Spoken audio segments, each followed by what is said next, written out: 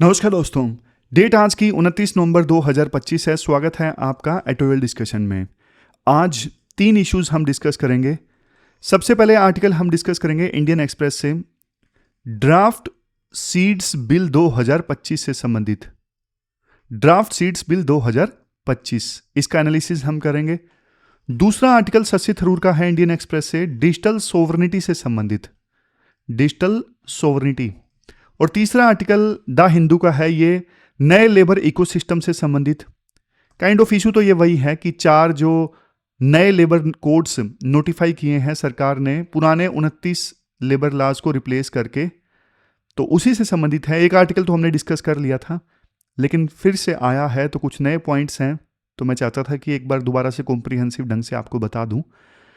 और आज देखो स्लाइड्स कुछ नए तरीके से मैंने बनाई है, मतलब कुछ एआई का यूज किया है, लेकिन कोशिश ये की है कि स्लाइड्स अपने आप में ना सेल्फ कॉम्प्रिहेंसिव हो। सेल्फ कॉम्प्रिहेंसिव मतलब सिर्फ भी कोई अगर स्लाइड पढ़ने की कोशिश करे तो उसे पूरा जो इशू है वो समझ में आ जाए। इस प्रकार से स्लाइड्स बनाने की कोशिश की है। बेस्ट तो नहीं बनी है जाहिर तौर पे, लेकिन धीरे धीरे इसे और बेहतर किया जा सकता है। ये इससे बढ़िया है, जैसे ये है ना modern and future ready labour ecosystem. अब इसमें क्या होता है, कई बार ना क्लासिफिकेशन नहीं हो पाता ढंग से आर्टिकल का कि कौन कौन से पॉइंट्स हैं। वो क्लासिफिकेशन अच्छे से हो जाए ना तो दिमाग में चीजें छप जाएं। तो मेरी कोशिश यही है कि स्लाइड चाहे बिल्कुल सिंपल हो, जैसे वो वाइट पे हम बनाते थे ना, बिल्कुल वाइट बैकग्राउंड और सिंपल से सिंपल, चाहे वैसी हो, लेकिन क्लासिफिकेशन थोड़ा अच्छे से हो जाए ताकि ना स्टूडेंट्स के दिमाग में छप जाए कि अब ये पढ़ेंगे, इसके बाद ये पढ़ेंगे, इसमें इतने पॉइंट्स हैं, क्लियर हो जाए। बाकी मुझे तो वो स्लाइड्स भी पसंद थी, बिल्कुल जो वाइट वाली थी, जो रंग बिरंगी नहीं होती थी। खैर आप बताइए अपनी राय, कैसे लगेंगी आपको स्लाइड्स, आप कमेंट बॉक्स में बताइएगा। अब चलिए डिस्कशन स्टार्ट करते हैं। इसके बाद नेक्स्ट आर्टिकल देखो, ड्राफ्ट सीड्स बिल 2025 से संबंधित है। आपने सिलेबस में जीएस पेपर 3 में जो एग्रीकल्चर वाला टॉपिक है ना, वहां से इस आर्टिकल को रिलेट कर सकते हो। सबसे पहले देखो हम थोड़ा ना बैकग्राउंड समझते हैं, मतलब ये सारी चीज़ें हम इस आर्टिकल में डिस्कस करेंगे। कंटेक्स्ट क्या है, हिस्ट्री, उसके बाद जो बिल आया है की प्रोविजंस क्या है, फार्मर के क्या राइट्स का ध्यान रखा गया है, कंसर्न क्या है, और लास्ट में वे फॉरवर्ड। सबसे पहले कंटेक्स्ट तो मैंने आपको बता दिया।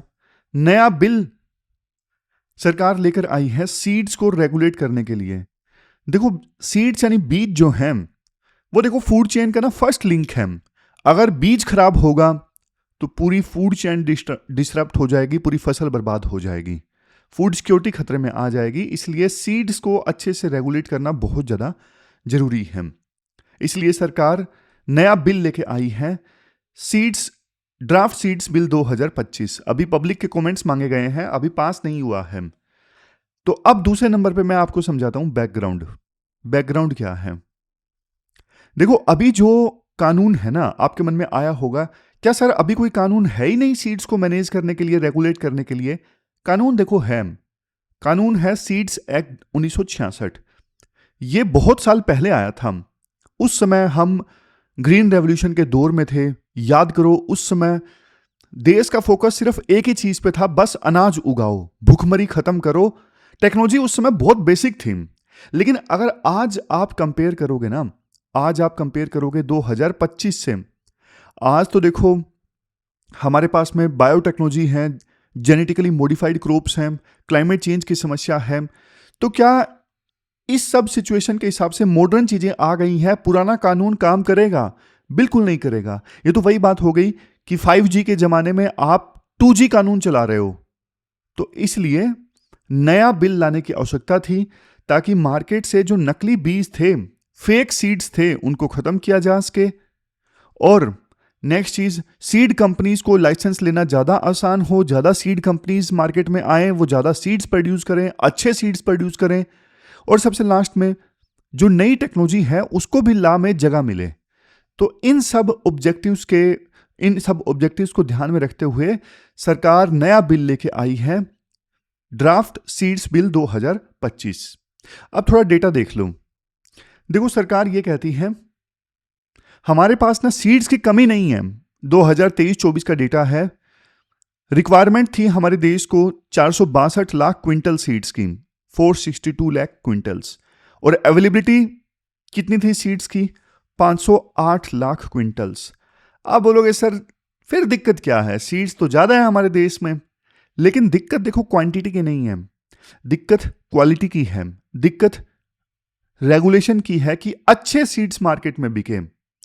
अब आप देखो, ध्यान से सुनो, अगर एक किसान है, पूरे साल मेहनत करता है, लेकिन लास्ट में जब फसल की हार्वेस्टिंग की बारी आती है तो वो देखता है कि फसल अच्छी नहीं हुई। क्यों अच्छी नहीं हुई?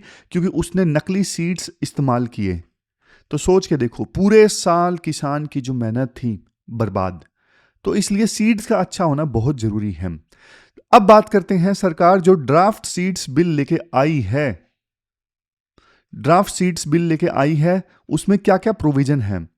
सबसे पहला प्रोविजन, पहले ना सिस्टम थोड़ा लूज था, लेकिन ना अब बिल में ये प्रोविजन किया गया है, सारी की सारी वो यूनिट्स जो सीड्स को प्रोसेस करती हैं ना, वो रजिस्टर होनी चाहिए। चाहे आप देखो बीज बना रहे हो, चाहे उन बीज को प्रोसेस कर रहे हो, रजिस्ट्रेशन आपको जरूर करवाना पड़ेगा स्टेट गवर्नमेंट के पास में।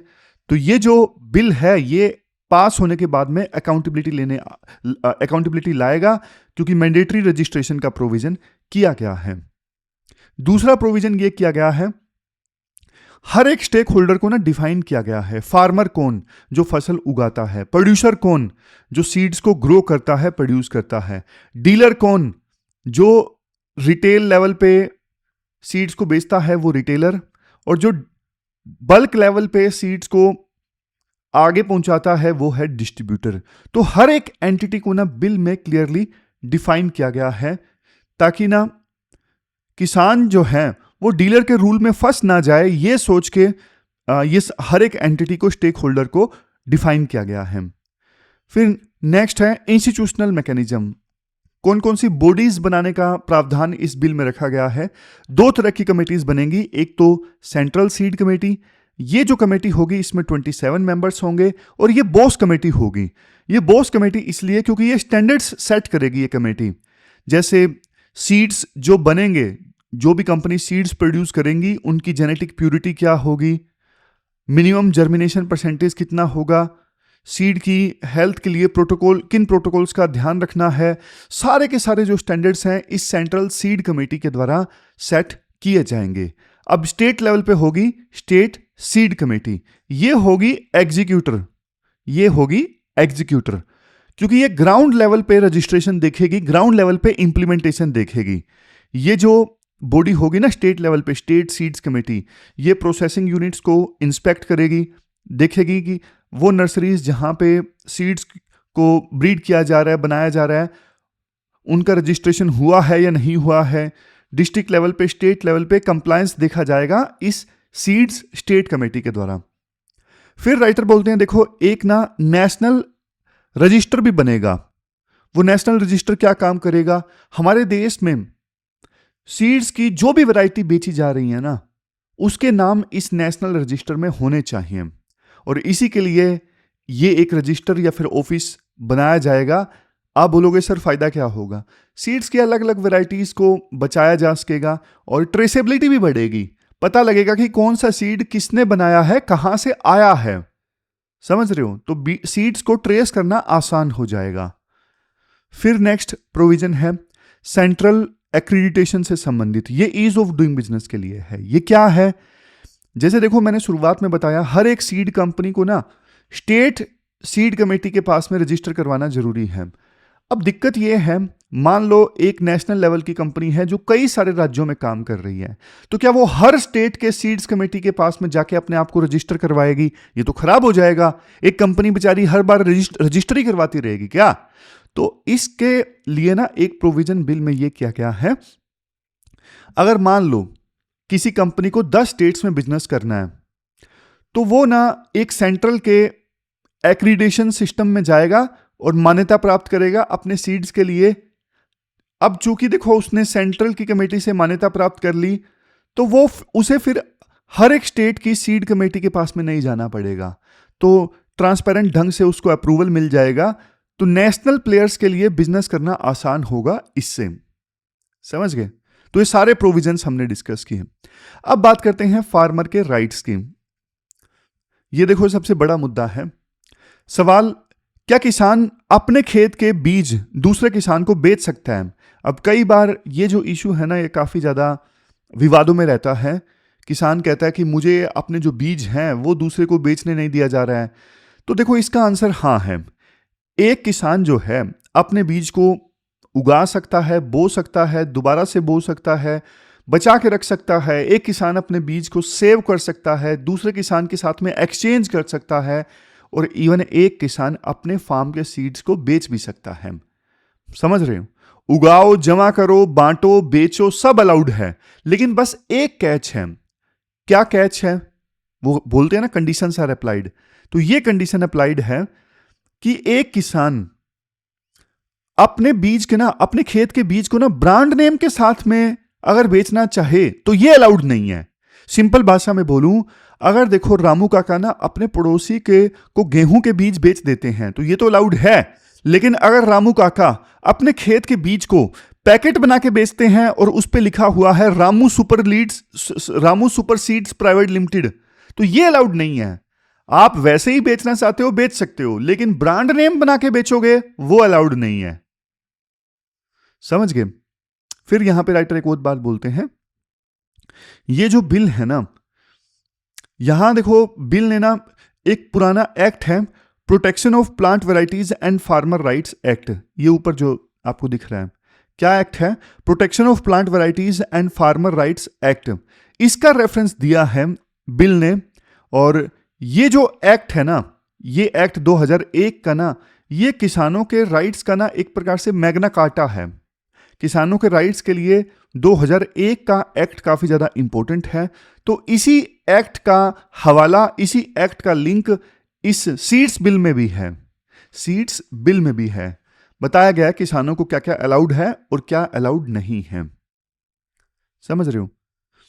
2025 का है ये ड्राफ्ट। फिर देखो राइटर बोलते हैं इस बिल में ना प्रोविजन ये किया गया है, सरकार ने ना क्वालिटी चेक भी काफी ज्यादा सख्त कर दिया है। अब चूंकि अच्छे प्रोविजन तो किए गए हैं, लेकिन नकली सीड्स को चेक करने के लिए लैब्स बनानी पड़ेंगी, तो लैब्स बनाने का प्रोविजन भी किया गया है। सेंट्रल लेवल पे और स्टेट लेवल पे सीड्स को चेक करने के लिए, सीड्स को टेस्ट करने के लिए लैब्स बनेंगी। सीड्स इंस्पेक्टर होंगे और उन सीड्स इंस्पेक्टर के पास में ना भारतीय नागरिक सुरक्षा संहिता यानी BNSS के तहत में पावर होंगी। वो सीड्स इंस्पेक्टर सर्च कर सकते हैं, सैंपल सीज कर सकते हैं जांच करने के लिए। और पनिशमेंट भी पहले से सख्त कर दी गई है। 2019 में भी ना एक ड्राफ्ट आया था, 2019 में भी ड्राफ्ट सीड्स बिल आया था, लेकिन पास नहीं हो उसका था। तो 2019 का जो ड्राफ्ट सीड्स बिल था ना, उसमें मैक्सिमम 5 लाख का फाइन और 1 साल की सजा का प्रावधान किया गया था। इस बिल जो बाद में जब एक्ट बन जाएगा उसके प्रोविजंस को वायलेट करने पर। लेकिन अब जो बिल आया है उसमें सजा भी बढ़ा दी गई है, मैक्सिमम सजा 3 साल और फाइन भी बढ़ा दिया गया है 30 लाख। समझ रहे हो? मैक्सिमम सजा 3 साल, फाइन 30 लाख। और ये कब होगा? अगर नकली बीज बेचा तो। हेलो, ये इमेज ही उड़ गई है, कोई बात नहीं। की कंसर्न्स क्या है फार्मर्स के? देखो, संयुक्त किसान मोर्चा और ऑल इंडिया किसान सभा, इन्होंने इस बिल का विरोध किया है। क्यों किया है वो सारे पॉइंट्स डिस्कस करो। सबसे पहले कॉर्पोरेटाइजेशन फियर। फार्मर्स को ये लगता है कि ये जो बिल है ना, ये बड़ी कंपनीज के लिए बनाया गया है, क्योंकि देखो रेगुलेशन और कंप्लायंस काफी हाई रखा गया है बिल में। अब बड़ी कंपनीज तो देखो रेगुलेशन वगैरह कर लेती हैं, कंप्लायंस भी कर लेती हैं, उनके पास में बहुत पैसा होता है, लेकिन छोटी कंपनीज नहीं कर पाती। तो बड़ी कंपनीज बच जाएंगी और छोटी कंपनीज खत्म हो जाएंगी। Next, seeds sovereignty. वंदना सिवा एक एक्टिविस्ट हैं, वो कहती हैं control our seed is control our life. मतलब अगर बीज पर सिर्फ कंपनीज का कंट्रोल होगा तो किसान जो है वो गुलाम बन जाएगा। नेक्स्ट है प्रीडेटरी प्राइसिंग। अगर देखो कंपटीशन खत्म हो गया तो कंपनीज जो हैं फिर बाद में मनमाने दाम वसूल करेंगी। जैसा देखो रिलायंस जियो ने किया, शुरुआत में फ्री में सर्विसेज दी, लेकिन अब 2-3 ही कंपनी बची हैं तो मोनोपोली, मोनोपोली नहीं, ड्यूपोली हो गई है एयरटेल और जियो की। बाद में ये बीएसएनएल, वोडाफोन आइडिया, ये ऑलमोस्ट खत्म से ही है। तो ये मनमाने ढंग से अब दाम बढ़ा रहे हैं। नेक्स्ट है conflict with PPV and FR act. ये 2001 का एक्ट है ना, फार्मर्स वाला, जिसको मैंने बोला था ये फार्मर राइट्स का मैग्ना कार्टा है। तो कुछ एक्सपर्ट्स ये भी बोल रहे हैं कि बिल जो है बल्कि 2001 के एक्ट को डाइल्यूट करता है। बिल ऐसा होना चाहिए था कि जो इस एक्ट को बल्कि और ज्यादा मजबूत करे, लेकिन बिल 2001 के एक्ट को डाइल्यूट करता है। फिर एक ना पेप्सिको केस स्टडी दी जाती है। गुजरात में ना पेप्सिको कंपनी ने ना आलू उगाने वाले किसानों पर ना केस कर दिया था। क्यों? क्योंकि ना वो FC5 वैरायटी उगा रहे थे। बाद में पब्लिक प्रेशर में पेप्सिको कंपनी ने केस वापस ले लिया, लेकिन फार्मर्स को डर यह है कि नए बिल से ना ऐसी घटनाएं जो हैं वो बढ़ सकती हैं। समझ गए? लास्ट में अगर कंक्लूजन की बात करें, स्वामीनाथन का एक कोट जो है वो बोला जाता है, if agriculture goes wrong nothing else will have a chance to go right. मतलब एग्रीकल्चर में कुछ गलत होता है तो फिर सब कुछ बर्बाद हो जाएगा, मतलब कुछ भी सही नहीं होगा। सिंपल सी बात है।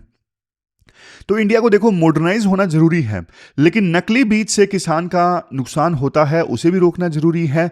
लेकिन रेगुलेशन ऐसा नहीं हो कि उससे सिस्टम का गला घुट जाए। गला घोटने वाला रेगुलेशन नहीं होना चाहिए। तो ये पूरा आर्टिकल हमने डिस्कस किया। चलते हैं आगे। इसके बाद नेक्स्ट आर्टिकल देखो, इंडियन एक्सप्रेस से शशि थरूर का डिजिटल सोवरेनिटी से संबंधित है। देखो आपने सिलेबस में जीएस पेपर 3 टैक्स से इस आर्टिकल को रिलेट कर सकते हो। शुरुआत में शशि थरूर ये बोलते हैं, 200 साल पहले ना ईस्ट इंडिया कंपनी भारत में आई थी। उन्होंने बिजनेस के बहाने हम पर राज किया।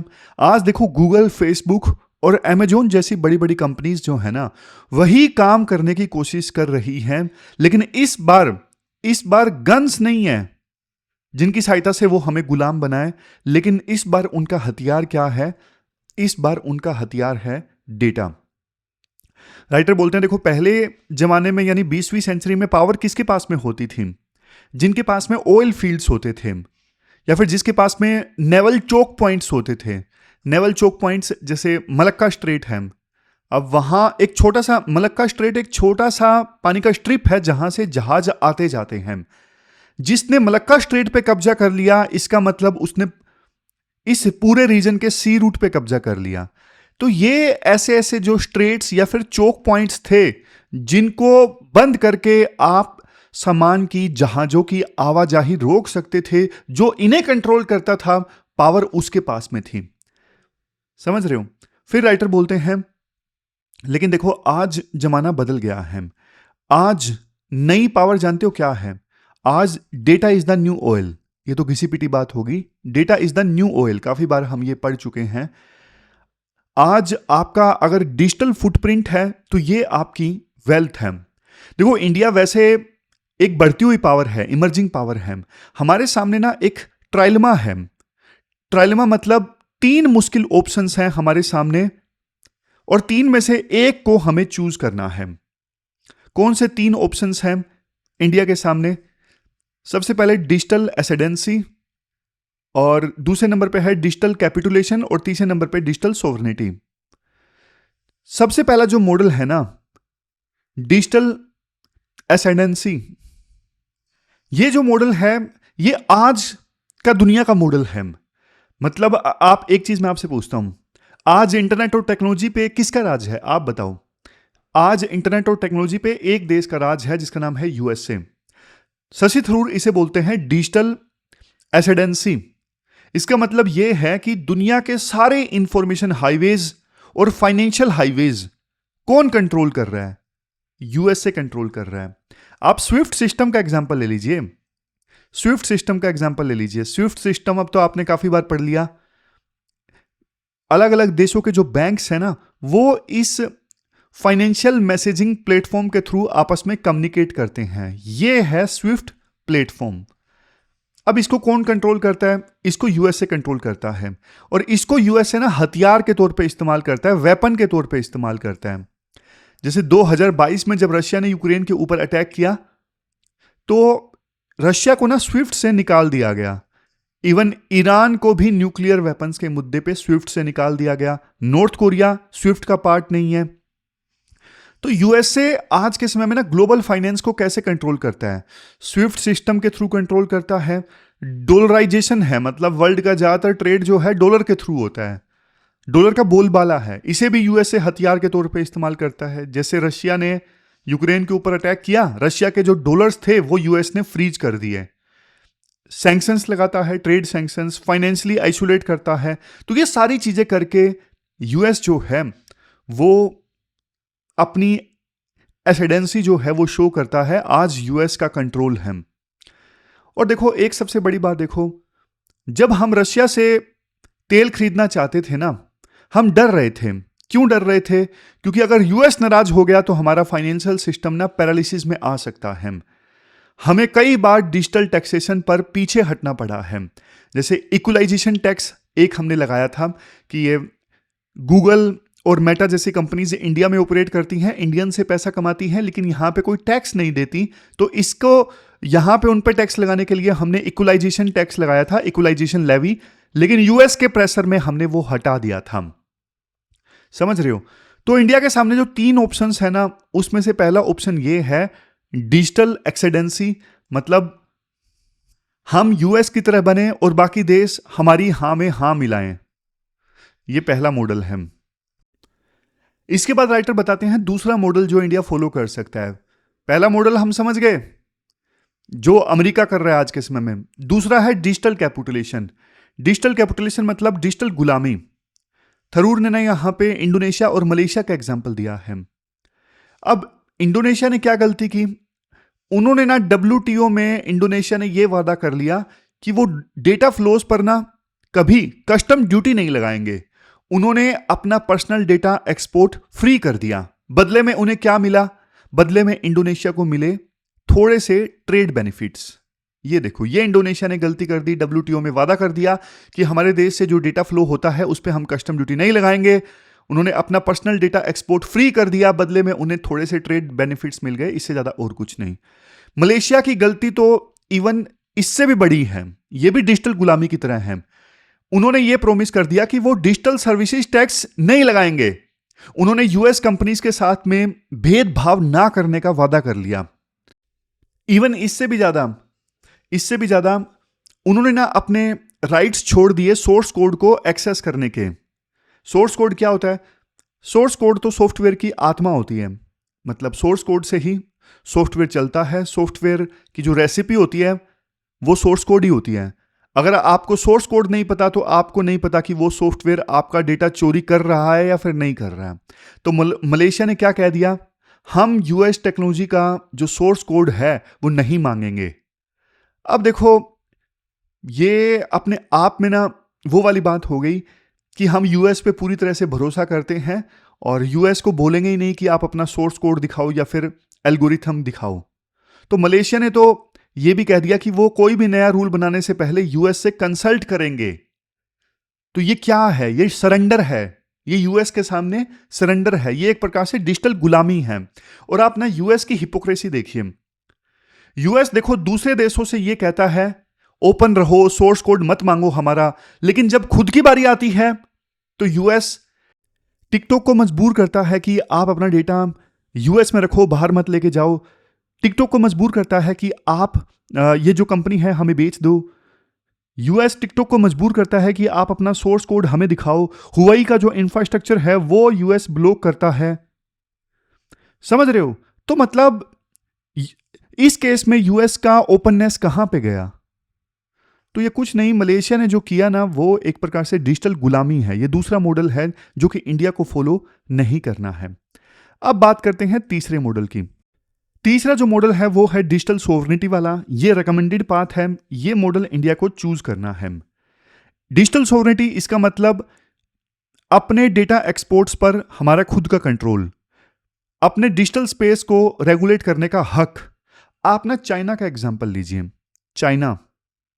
चाइना को लोग क्रिटिसाइज तो कर देते हैं, लेकिन देखो चाइना डेमोक्रेटिक कंट्री नहीं है, वहां पे डेमोक्रेसी नहीं है और उनका मॉडल क्या है, शुरुआत में ना उन्होंने यूएस की बड़ी बड़ी टेक्नोलॉजी वाली जो कंपनीज है ना, जैसे गूगल, फेसबुक, उनको मार्केट से बाहर रखा, आने ही नहीं दिया। आज की मार्केट में गूगल, फेसबुक, ट्विटर, ये सब आप नहीं देखोगे चाइना की मार्केट में। तो इससे हुआ क्या, चाइना की जो लोकल कंपनीज थी ना, उनको फर्टाइल सोइल मिली, उनको पनपने का मौका मिल गया। तो वहां की जो बड़ी कंपनीज है ना, जैसे अलीबाबा है, टेंसेंट है, दीदी है, अब ये सब ना मल्टी मिलियन डॉलर जायंट्स बन गए हैं। क्यों? क्योंकि इनको कंपटीशन का सामना करना ही नहीं पड़ा। चाइना ने देखो सिर्फ सॉफ्टवेयर नहीं बनाया, चाइना ने सोवरेन कंप्यूटर स्टैक बनाया, मतलब हार्डवेयर से लेके क्लाउड सर्विसेज तक सब अपना बनाया चाइना ने। आज के समय में चाइना की जो डिजिटल इकोनॉमी है ना, वो $7 ट्रिलियन की है, $7 ट्रिलियन की। ये देखो यहां पे, और चाइना की टोटल जीडीपी में ये 40% कंट्रीब्यूट करती है चाइना की डिजिटल इकोनॉमी। देखो वैसे इंडिया का जो एक्सपोर्ट, सॉफ्टवेयर एक्सपोर्ट है, वो भी अच्छा है। वो कितना है? इंडिया का सॉफ्टवेयर एक्सपोर्ट है $224 बिलियन का, $224 बिलियन का। पर हम क्या करते हैं, हम दूसरों के लिए कोड लिखते हैं। हमारा टैलेंट जो है बाहर जाकर उनकी कंपनीज को $ट्रिलियन बनाता है। हमें देखो हाई वैल्यू जॉब क्रिएशन और प्रोप्राइटी जो एआई है ना, वो हमारे देश में चाहिए। थरूर ये कहते हैं, हमें देखो अपने इंजीनियर्स को ना भीख में वीजा मांगने के लिए यूज नहीं करना चाहिए। हमें हमारे इंजीनियर्स के टैलेंट को ना एक नेगोशिएटिंग चिप की तरह इस्तेमाल करना चाहिए। हमारे पास में टैलेंट है, लेकिन वो टैलेंट यूएस जाके बड़ी बड़ी कंपनीज बना रहा है, लेकिन इंडिया के लिए कुछ नहीं कर पा रहा है। तो राइटर यहां पे एक चीज बोलते हैं, ये हमने चाइना से कंपेयर कर लिया, ठीक है। तो राइटर अब एक चीज बोलते हैं, देखो चाइना की तरह हम सारा मॉडल नहीं अपना सकते, क्योंकि चाइना ने तो ग्रेट फायरवॉल लगा दिया, किसी यूएस की कंपनी को आने ही नहीं दिया। हमारे यहाँ पे यूएस की कंपनीज ऑलरेडी मौजूद हैं, अपनी जड़ें इस्टेब्लिश कर चुकी हैं, डेमोक्रेसी है, तो हम उन्हें भगा नहीं सकते। तो सॉल्यूशन एक्सक्लूजन में नहीं है कि इन कंपनीज को भगा दें, सॉल्यूशन है डिजिटल इंडस्ट्रियलाइजेशन में। सरकार को ऐसी पॉलिसीज बनानी होंगी जो इंडियन कंपनीज को सपोर्ट करें। सरकार ने कुछ अच्छे स्टेप लिए भी हैं, जैसे डीपीडीपी एक्ट है, मतलब डेटा प्रोटेक्शन के लिए एक्ट बनाया सरकार ने। इसके अलावा डीपीआई है, सरकार अपने खुद के डिजिटल ढांचे पे काम कर रही है, जैसे आधार है, यूपीआई है, ये बहुत बढ़िया डिजिटल फ्रेमवर्क तैयार हुआ है। हमने हमारा सेमीकंडक्टर मिशन लॉन्च किया, सेमीकंडक्टर में सेल्फ रिलायंस हासिल करने के लिए। क्वांटम कंप्यूटिंग पे सरकार ने मिशन लॉन्च किया। तो सरकार देखो कर तो रही है, ऐसा नहीं कह सकते कि सरकार कुछ कर नहीं रही है। लास्ट में देखो शशि थरूर ये कहते हैं, देखो अभी ना इंडिया कई सारे देशों के साथ में ना एफटीए यानी फ्री ट्रेड एग्रीमेंट नेगोशिएट कर रहा है। अगर देखो हमने उन फ्री ट्रेड एग्रीमेंट्स में एक क्लोज साइन कर दिया, साइन क्या? Refraining from measures that discriminate against digital services of other party. अब कहने को देखो ये छोटा सा क्लोज है कि हम बाहर की कंपनी और इंडियन कंपनी में फर्क नहीं करेंगे, लेकिन अगर ये प्रोविजन डाल दिया तो ये एक प्रकार से ना डिजिटल सेल्फ सैबोटेज जैसा होगा। मतलब हम खुद ही डिजिटली अपने आप को बर्बाद कर रहे होंगे। हम अपनी छोटी छोटी जो इंडियन स्टार्टअप्स हैं ना, उनको सब्सिडी या फिर हेल्प नहीं दे पाएंगे। हम वापस डिपेंडेंसी के जाल में फंस जाएंगे। तो शशि थरूर कहते हैं कि इंडिया को देखो आत्मनिर्भरता चाहिए डिजिटल डोमेन में। हमें डिजिटल सोवरेन बनना होगा, अपने खुद के डिजिटल जायंट्स हमें खड़े करने होंगे यूएस की तरह। अपना डेटा, अपनी वेल्थ बनानी होगी। नहीं तो देखो हम एक हाईली डिजिटाइज्ड कंट्री तो बन जाएंगे, लेकिन हम डिजिटली गुलाम होंगे दूसरे देशों के। क्या हमें ये राज चाहिए? क्या हम ऐसा सिस्टम चाहते हैं? नहीं चाहते। तो इसलिए हमें अपनी कंपनीज को सपोर्ट करना होगा। तो ये राइटर बोलते हैं। तो ये थी पूरी डिस्कशन, मतलब एक आर्टिकल अभी बाकी है। चलते हैं अगले आर्टिकल की तरफ। इसके बाद नेक्स्ट आर्टिकल देखो, 4 जो नए लेबर कोड्स 21 नवंबर से सेंट्रल गवर्नमेंट ने नोटिफाई किए हैं ना, इस इशू से संबंधित हैं। आपने सिलेबस में जीएस पेपर 3 में लेबर लॉज वाला टॉपिक है वहां से, और जीएस पेपर 2 में पॉलिसीज वाला टॉपिक है वहां से भी आर्टिकल को रिलेट कर सकते हम। तो इस आर्टिकल में देखो हम कंटेक्स्ट समझेंगे, बैकग्राउंड समझेंगे, फिर 4 नए जो लेबर कोड्स नोटिफाई हुए हैं उनके बारे में जानेंगे, की बेनिफिशरीज कौन हैं उनके बारे में जानेंगे, और लास्ट में एनालिसिस। सबसे पहले आप कंटेक्स्ट और जो बैकग्राउंड है वो समझो। देखो पहले भी मैंने आपको बताया कि आज़ादी के बाद से ना इंडिया में लेबर लॉज ना काफी ज्यादा बिखरे हुए थे। लेबर को मैनेज करने के लिए, रेगुलेट करने के लिए ना 29 अलग अलग लेबर लॉज थे। एक फैक्ट्री ओनर को ना 10 अलग रजिस्टर्स मेंटेन करने पड़ते थे। एक वर्कर को पता ही नहीं होता था कि उसका हक कहां है। कभी मिनिमम वेजेस एक्ट, कभी फैक्ट्रीज एक्ट, कभी बोनस एक्ट, टोटल कंफ्यूजन। तो इस कंफ्यूजन को दूर करने की बात ना सेकंड कमीशन ऑन लेबर ने 2002 में बोली थी। Second national commission on labour 2002 में आया था। इस कमीशन ने रेकमेंड किया था कि जो लेबर लॉज इतने ज्यादा बिखरे हुए हैं ना, इनको क्लासिफाई करना जरूरी है।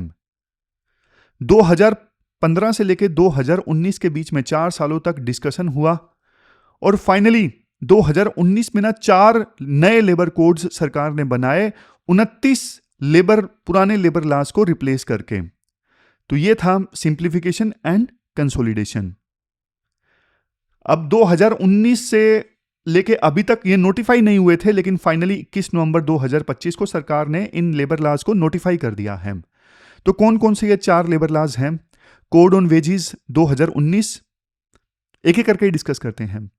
पहला क्या है? Code on wages 2019। पहले देखो, हर स्टेट का ना अलग अलग मिनिमम वेजेस एक्ट होता था। अगर एक मजदूर बिहार में है और एक मुंबई में है तो जमीन आसमान का फर्क था। कुछ सेक्टर्स में मिनिमम वेजेस थे और कुछ में थे भी नहीं। लेकिन नया प्रोविजन ये किया गया है कोड ऑन वेजेस में, यूनिवर्सल मिनिमम वेज, मतलब हर वर्कर का हक है मिनिमम वेज, चाहे देखो वो किसी भी सेक्टर में हो। उसे इंकार नहीं किया जा सकता कि आपको जो मिनिमम वेज है वो नहीं मिलेंगे। दूसरा है, मतलब इसी में कोड ऑन वेजेस 2019 में दूसरा जो प्रोविजन है वो है नेशनल फ्लोर वेज का। सेंट्रल गवर्नमेंट देखो एक फ्लोर प्राइस सेट करेगी, मान लो जैसे 180 पर डे। तो कोई भी जो स्टेट गवर्नमेंट है ना, इस सेंट्रल गवर्नमेंट द्वारा सेट किए गए फ्लोर प्राइस से नीचे का अमाउंट मजदूरों को नहीं दे सकती। समझ रहे हो? मतलब स्टेट गवर्नमेंट जो फ्लोर प्राइस सेट करेगी ना, वो सेंट्रल गवर्नमेंट के प्राइस से कम नहीं हो सकता। नेक्स्ट है time bound payment. Salary time पर मिलनी चाहिए, अब ये मैंडेटरी कर दिया गया है। तो देखो, अमर्त्य सेन ने एक बात बोली थी कि डेवलपमेंट का मतलब फ्रीडम है। जब वर्कर को सैलरी जब टाइम पे मिलेगी तब वो ट्रू सेंस में फ्री होगा, ट्रू सेंस में जब वो अपने लिए जो भी करना चाहता है वो कर सकेगा। तो ये पहला है कोड ऑन वेजेस 2019। फिर दूसरा जो लेबर कोड बनाया गया है वो सोशल सिक्योरिटी से संबंधित है, सोशल सिक्योरिटी कोड 2020। देखो, आज का सबसे बड़ा जो बज़वर्ड है वो क्या है? Gig worker. हर जगह आप देखो, शहरों में गिग वर्कर्स आपको देखने को मिलते हैं। आप सोचो उस डिलीवरी बॉय के बारे में जो बारिश में भी पिज्जा डिलीवर करता है। हर एक डिलीवरी पे ब्लिंकिट वाले को 10 रुपये 15 रुपये मिलते हैं, लेकिन आधा आधा घंटा कई बार लग जाता है एक ऑर्डर डिलीवर करने में। तो मतलब पहले लॉ में ना उन्हें एम्प्लॉय माना ही नहीं जाता था और उसे ना पीएफ मिलता था ना हेल्थ इंश्योरेंस। लेकिन नया प्रोविजन ये किया गया है सोशल सिक्योरिटी कोड 2000 में, पहली बार गिग वर्कर्स और प्लेटफॉर्म वर्कर्स को ना लॉ में जगह मिली है। प्रोविजन ये किया गया है कि एक नेशनल फंड बनेगा स्पेसिफिकली इन गिग वर्कर्स के लिए, प्लेटफॉर्म वर्कर्स के लिए। फिर देखो, एम्प्लॉयज के लिए जो हेल्थ इंश्योरेंस होता है ना, ईएसआईसी का जो दायरा है वो बढ़ा दिया गया है। अब ये 566 डिस्ट्रिक्ट्स में लागू होगा।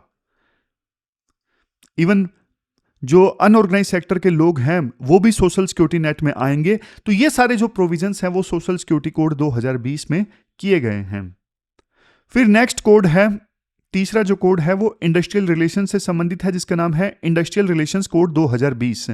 ये थोड़ा कंट्रोवर्शियल है देखो, लेकिन बिजनेस के लिए जरूरी था। पहले अगर देखो किसी कंपनी में 100 वर्कर्स थे तो उन्हें निकालने के लिए ना सरकार की परमिशन चाहिए थी, और इससे ना कंपनीज डरती थी हायरिंग करने से, और इसे ही बोलते थे इंस्पेक्टर राज। लेकिन नया क्या किया गया है?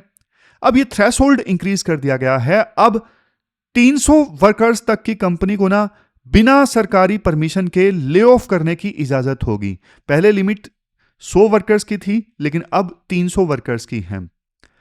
कॉन्ट्रैक्ट वर्कर्स को भी ना अब परमानेंट वर्कर्स जितने बेनिफिट मिलेंगे, अगर देखो वो फिक्स टर्म के लिए हायर हुए हैं, जैसे 3 साल के लिए कोई हायर हुआ है फिक्स टर्म के लिए, तो उसको भी वही बेनिफिट मिलेंगे जो फिक्स्ड वर्कर्स को मिलते हैं। और नेक्स्ट, स्ट्राइक पर जाने से पहले ना 14 दिनों का नोटिस देना कंपलसरी कर दिया गया है ताकि अचानक काम बंद ना हो। तो ये 3 प्रोविजंस अच्छे अच्छे किए गए हैं इंडस्ट्रियल रिलेशंस कोड 2020 में। नेक्स्ट है OSH कोड, मतलब occupational safety and health code. ये कोड देखो वर्कर्स की हेल्थ और सेफ्टी पर फोकस करता है। अब एक बहुत बड़ा चेंज यहां पर यह आया है वुमेन इंपावरमेंट से संबंधित। नया क्या हुआ है, मतलब नया है night shift for the women. देखो पहले कई लॉज में ना महिलाओं को रात में फैक्ट्री में काम करना मना था, इजाजत नहीं थी। अब वो रात में काम कर सकती हैं कंसेंट के साथ में। नेक्स्ट कंडीशन है, मतलब नेक्स्ट जो प्रोविजन किया गया है इस OSH कोड में वर्कर्स की कंडीशन से संबंधित किया गया है कि एम्प्लॉयर को ना वर्कर्स की सेफ्टी, वर्कर्स के लिए हॉलीडेज और वर्कर्स को ना ट्रांसपोर्टेशन की सुविधा भी प्रोवाइड करनी होगी। फिर नेक्स्ट है हेल्थ चेकअप। हेल्थ चेकअप वाला शायद नहीं आ रहा है, नीचे छुप गया है। हेल्थ चेकअप वाला पॉइंट मैं आपको बता देता हूं। फ्री एनुअल हेल्थ चेकअप का प्रोविजन किया गया है इस कोड में उन वर्कर्स के लिए जो एक निश्चित एज से ऊपर हैं, उनके लिए फ्री हेल्थ चेकअप करवाएगी कंपनी। तो ये सारे अच्छे अच्छे 4 कोड्स आए हैं, 21 नवंबर से नोटिफाई हो गए हैं। Code on wages, social security code, industrial relations code and OSH code. समझ गए? अब देखो आप ना एक CEO के पर्सपेक्टिव से सोचो, मतलब CEO के पर्सपेक्टिव से सोचो, अगर आपको बिजनेस रन करना है और आपको 50 फॉर्म भरने पड़े तो आप बिजनेस करोगे या फिर फॉर्म ही भरते रह जाओगे? आप बोलोगे यार क्या ही बिजनेस करो, इतना मुश्किल है बिजनेस करना। लेकिन अब वो सिचुएशन नहीं होगी। एक सिंगल रजिस्ट्रेशन, सिंगल लाइसेंस और सिंगल रिटर्न का कंसेप्ट है और सिंगल विंडो कंप्लायंस होगा तो बिजनेस करना ज्यादा आसान हो जाएगा, ईज ऑफ डूइंग बिजनेस होगा। और डिजिटल इंस्पेक्शन से संबंधित प्रोविजन किए गए हैं। पहले देखो इंस्पेक्टर ना कभी भी आ जाते थे तंग करने, लेकिन अब एल्गोरिथम बेस्ड इंस्पेक्शन होगा, रैंडम सिलेक्शन होगा फर्म की, कंपनी की इंस्पेक्शन करने के लिए। तो इससे ना ट्रांसपेरेंसी बढ़ेगी। इंस्पेक्टर के हाथ में नहीं है कि कहां पे इंस्पेक्शन की जाए, ये इंस्पेक्टर के हाथ में नहीं है। फिर डीक्रिमिनलाइजेशन से संबंधित प्रोविजन भी किया गया है। पहले कानून देखो ऐसे थे कि हर छोटी मोटी गलती पर ना जेल में भेजने का प्रोविजन कर दिया गया था, लेकिन अब छोटी मोटी गलती पर जेल नहीं होगी, सिर्फ फाइन होगा। और इससे ना बिजनेस ओनर्स का जो डर है ना वो खत्म हो जाएगा। राइटर थोड़ा सा ना डेटा भी देते हैं। राइटर कहते हैं 2017-18 से 2023-24 के बीच ना इंडिया ने 16.83 करोड़ जॉब्स जो हैं वो क्रिएट किए। अनएम्प्लॉयमेंट 6% से गिरकर 3.2% पे आ गया है। तो ये नए कोड जो हैं इस मोमेंटम को ना, जॉब क्रिएशन के मोमेंटम को और ज्यादा फास्ट करेंगे। समझ गए? पहले अनएम्प्लॉयमेंट रेट 6% था, अब घट के 3.2%। अगर देखो पॉजिटिव इंपैक्ट की बात करें, पॉजिटिव इंपैक्ट तो देखो इन लेबर कोड्स के काफी होंगे। जैसे सबसे पहले है फॉर्मलाइजेशन। इंडिया का जो वर्कफोर्स का टोटल साइज है वो है 643 मिलियन, लेकिन इसमें से ना ज्यादा लोग इनफॉर्मल सेक्टर में काम करते हैं। अब ये कोड्स ना उन्हें फॉर्मल सेक्टर में लेकर आएंगे, ये पहला फायदा होगा। दूसरा फायदा प्रोडक्टिविटी से संबंधित। जब देखो वर्कर्स सिक्योर फील करेंगे तो उनकी प्रोडक्टिविटी बढ़ेगी। तीसरा फायदा ग्लोबल इन्वेस्टमेंट। ग्लोबल कंपनीज जो हैं MNCs वो इंडिया में ज्यादा आएंगी क्योंकि लेबर लॉज अब सिंपल और सिंप्लीफाई कर दिए गए हैं। लेकिन देखो 2-3 चैलेंजेस भी हैं। जैसे पहला चैलेंज इंप्लीमेंटेशन से संबंधित है। लेबर ना कॉन्करेंट लिस्ट का सब्जेक्ट है, मतलब संविधान के 7वें शेड्यूल में ना लेबर कॉन्करेंट लिस्ट में आता है। मतलब स्टेट और सेंटर दोनों कानून बना सकते हैं। स्टेट्स को अपने रूल्स नोटिफाई करने होंगे। अगर स्टेट्स ने डिले किया तो फिर देखो ग्राउंड पर कुछ चेंज नहीं होगा। सेंटर ने तो रूल्स नोटिफाई कर दिए हैं, कोड्स नोटिफाई कर दिए हैं, लेकिन स्टेट्स को अपने रूल्स नोटिफाई करने होंगे सेंटर के रूल्स देखकर। लेकिन अगर उन्होंने डिले कर दिया तो फिर कोई काम के नहीं है कोड्स। फिर दूसरा जो चैलेंज है वो वर्कर्स के फियर से संबंधित है। यूनियंस का यह कहना है कि देखो हायर एंड फायर आसान होने से ना जॉब सिक्योरिटी खतरे में आ सकती है। अब जैसे वो थ्रेशोल्ड जैसे इंक्रीज कर दिया गया है कि 300 से ज्यादा वर्कर्स की कंपनी है, अगर उस कंपनी को ले ऑफ करना है तो सरकार से परमिशन लेनी पड़ेगी, तो हायर एंड फायर थोड़ा ज़्यादा ईजी हो जाएगा। तो लास्ट में तो राइटर देखो बड़ी बड़ी बातें बोलते हैं कि 21 नवंबर को एक बड़े युग की शुरुआत हो गई है। जैसे जीएसटी ने टैक्स सिस्टम को बदला, वैसे ही ये कोड्स लेबर मार्केट को बदल देंगे। और ये एक ना बैलेंस बनाने की कोशिश है, एक तरफ वर्कर्स की सुरक्षा और दूसरी तरफ बिजनेस की रफ्तार यानी ग्रोथ, दोनों के बीच में बैलेंस इस्टेब्लिश करने की कोशिश की गई है। लास्ट में राइटर ये बोलते हैं, अगर देखो वर्कफोर्स हैप्पी है ना, तो ये नींव है एक प्रकार से प्रोस्परस नेशन की। हमें ये इंश्योर करना होगा कि ये रिफॉर्म सिर्फ कागज पर ना रहें, बल्कि ग्राउंड पर उस आखिरी मजदूर तक पहुंचे जो देश को अपने खून पसीने से सींच रहा है। तो ये पूरा आर्टिकल हमने डिस्कस किया। अब लास्ट में ना क्वेश्चन देख लेते हैं जो आपको अटेम्प्ट करना है। ये क्वेश्चन है जो आपको अटेम्प्ट करना है, ये ड्राफ्ट सीड्स बिल 2025 से संबंधित है। तो ये थी हमारी आज की डिस्कशन। कल मिलते हैं 29 नवंबर को फिर से एक नई डिस्कशन के साथ। तब तक आप अपना ध्यान रखिए, अच्छे से पढ़िए। Thank you very much for discussion.